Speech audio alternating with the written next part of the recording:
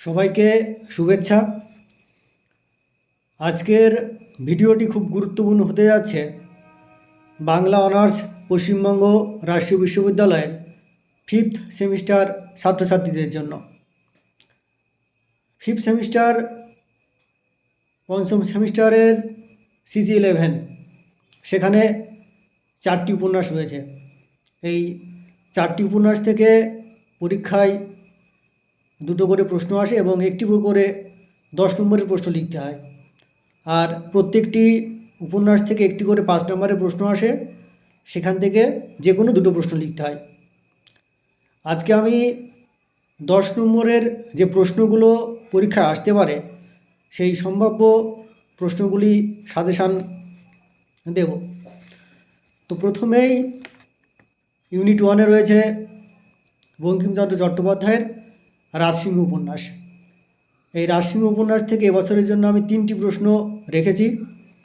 1 নম্বর প্রশ্ন, ঐতিহাসিক উপন্যাস হিসেবে রাজসিংহের সার্থকতা বিচার করো। 2 নম্বর প্রশ্ন, রাজসিংহ উপন্যাসের গঠন সৌকর্য আলোচনা করো।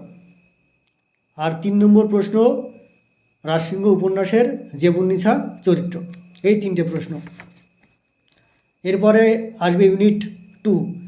ইউনিট 2-তে রয়েছে শরৎচন্দ্র চট্টোপাধ্যায়ের পথের দাবি। এখান থেকে আমি 2টো প্রশ্ন রেখেছি সাজেশানে।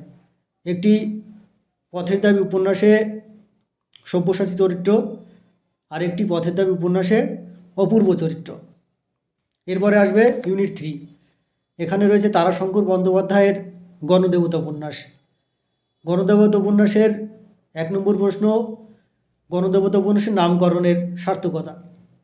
2 নম্বর প্রশ্ন, গণদেবতা উপন্যাসে দুর্গার ভূমিকা বা দুর্গা চরিত্র।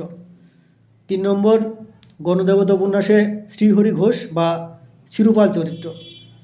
আর 4 নম্বর প্রশ্ন, গণদেবতা উপন্যাসে অনিরুদ্ধ কামার চরিত্র আলোচনা করো। এই 4টি প্রশ্ন। এরপরে আসবে ইউনিট 4। সেখানে রয়েছে মানিক বন্দ্যোপাধ্যায়ের পদ্মা নদীর মাঝি। এই পদ্মা নদীর মাঝি থেকে আমি 3টে প্রশ্ন রেখেছি। এদের মধ্যে হোসেন মিয়া, পদ্মা নদী মাঝির রহস্যময় চরিত্র, সেই হোসেন মিয়া সবথেকে গুরুত্বপূর্ণ এবছরের জন্য। 2 নম্বর, পদ্মা নদীর মাঝি উপন্যাসের কুবের চরিত্র। আর 3 নম্বর প্রশ্ন, পদ্মা নদীর মাঝি উপন্যাসের ভাষা বিচার বা পদ্মা নদীর মাঝি উপন্যাসের ভাষা ব্যবহারে মানিক বন্দ্যোপাধ্যায়ের যে নৈপুণ্যতা বা দক্ষতা সেটি আলোচনা করো। এই 4টি ইউনিট থেকে এই প্রশ্নগুলো 10 নম্বরের প্রশ্ন। এইগুলো পড়লে আশা করি সমস্ত 10 নম্বরের প্রশ্ন পরীক্ষায় লিখতে পারা যাবে। আজকে এই 10 নম্বরের প্রশ্ন দিলাম। পরবর্তী ভিডিওতে 5 নম্বরের যে সম্ভাব্য প্রশ্নগুলো থাকে সেগুলো দেব। ধন্যবাদ।